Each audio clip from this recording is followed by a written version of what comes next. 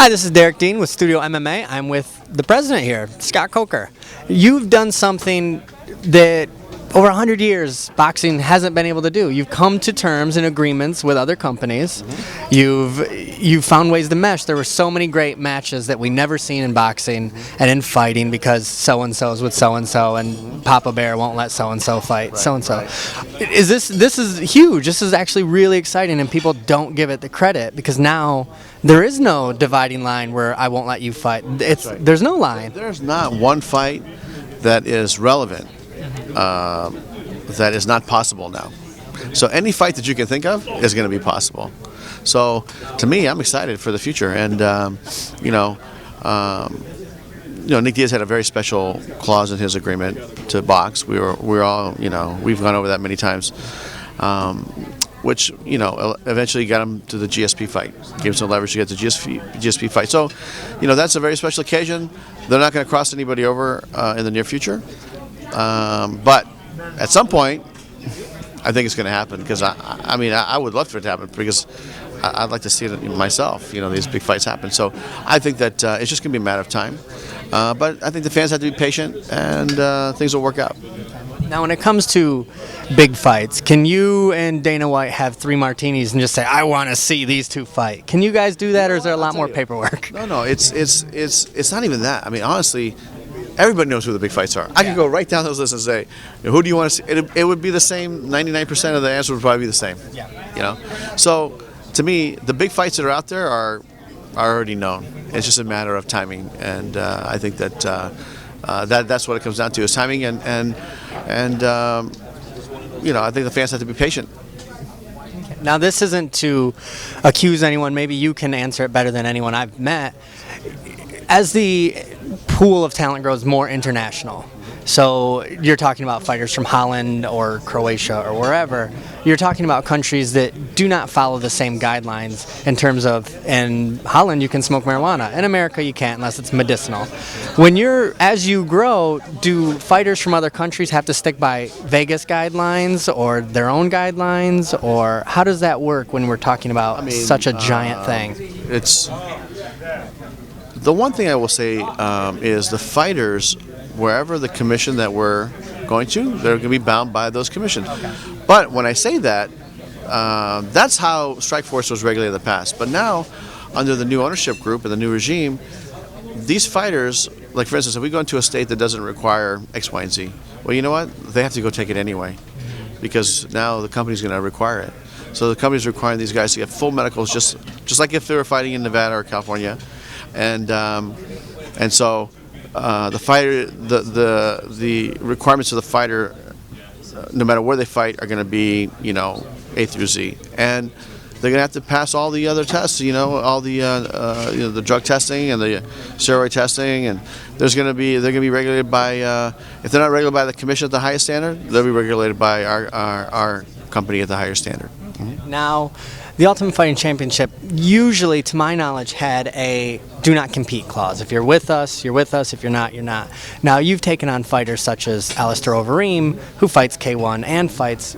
Does he have to stop one or the other, or can people like that still compete? Well, whatever's in their contract now is what the reality is. So, a lot of these fighters, we like for instance, we let Josh Barnett go pro wrestle in Japan. I think it was like a month after his last fight in Dallas. So, whatever's in the contract, we're going to honor. Okay.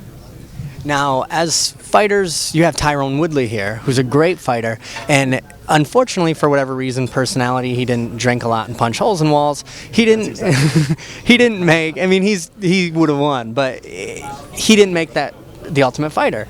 So do you see, is this an opportunity when people don't make the show, but you can tell, okay, maybe you're not personality, you don't have sparklers and glitter in your hand, you're tough, you're a good fighter. Can you pick from that crop now? Do you try? I tell you, when we found Tyron, I didn't even know he tried out for tough, and I had no idea who he was. It came from one of our fighter relationship guys said, "This is the guy, and you better sign him, and you need to sign him now."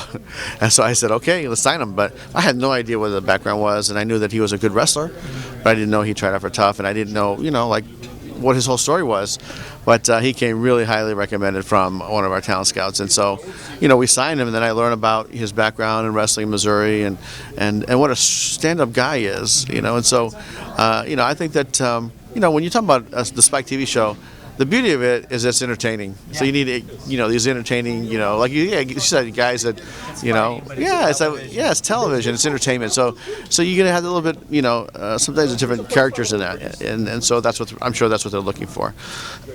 But with T Wood, what an amazing talent. And I think Paul's gonna have his hands full, but I think that might be one of the best fights of the night. Now, you mentioned talent scouts. Can you make this like a comparison to the way you'd think of the music industry? You have a guy out there going to the smaller shows looking for something real good. Is that how you would say talent scouts are working? How are they looking? Today, it's not like, maybe in baseball we had to send, your recruiters out, but we had 4 people that would be on the lookout for the next guy, and we were looking for guys that were going to be great fighters, and that were marketable, could speak, and were in shape, a great representation for the company. And when we met Tyron, I said, "This is the guy," because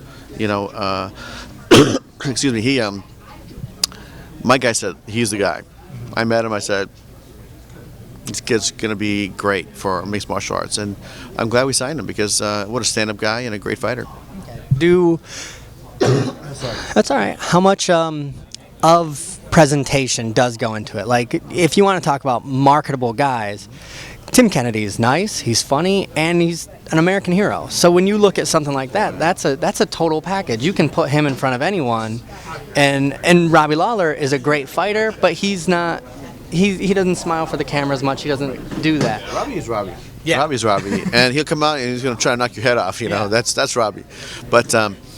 I got a story about Tim Kennedy. When we first tried to sign him 2.5 years ago, he turned us down, right? And I said, "Well, what do you want to do? You want to go fight in, there was Affliction at the time, and you looking to fight somewhere else?" And he said, "No, I'm going back to Afghanistan." I was like, "Wow." And so then that's when I learned he was an Army Ranger, and he was a sniper. And when somebody asked him today, he said, "Is he afraid of something?" I'm like, this guy's not going to be afraid of anything. Has a bronze medal from getting shot at. Yeah, he's already been to the real war and back. You know what I mean? So anything in the cage is just it's just a fight. It's just an MMA fight. So, but we tried to sign him. We threw some pretty good money at him back 2.5 years ago. He turned us down, and he said to me, through his manager, he said, "Look, when I come back from Afghanistan, after I think it was a second or third, I can't remember how many tours, but he said, I'll come back and I'll sign with you guys." And then he honored his word. So he came back and we cut the deal. But talk about true warrior, true American hero, and what a great representative for mixed martial arts, our sport, because he is truly the American hero in my eyes. He's stuck. If no one sees it, he's stuck up for. Someone said, "Well, Woodley, you're like 6 fights away from a title." He goes, "What?" This isn't even my guy. This isn't even weight class. He was there to be like, "What are you? Where? Did you look that up on Wikipedia? They can edit those documents, man." Really, that's the last question I have, but I'd like to thank you so much for making these fights possible and for talking to us so long. Thank you. You know what? I'd like to just say this. When Fedor and Dan Clyde on Saturday, I'm a fan just like you guys, and I'm going to be watching, and it's going to be entertaining for me just like it is for you guys. So, just spread the word and have everybody tune in. Well, I keep trying to sell it like it's Rocky IV. No one's buying it, but I keep trying to sell it. It's going to be. This is a fight that these guys are not going to have to go look for each other. I believe this fight's going to go into the center of the cage, and you're going to start seeing fireworks. Thank you so much. Thank you. Take care.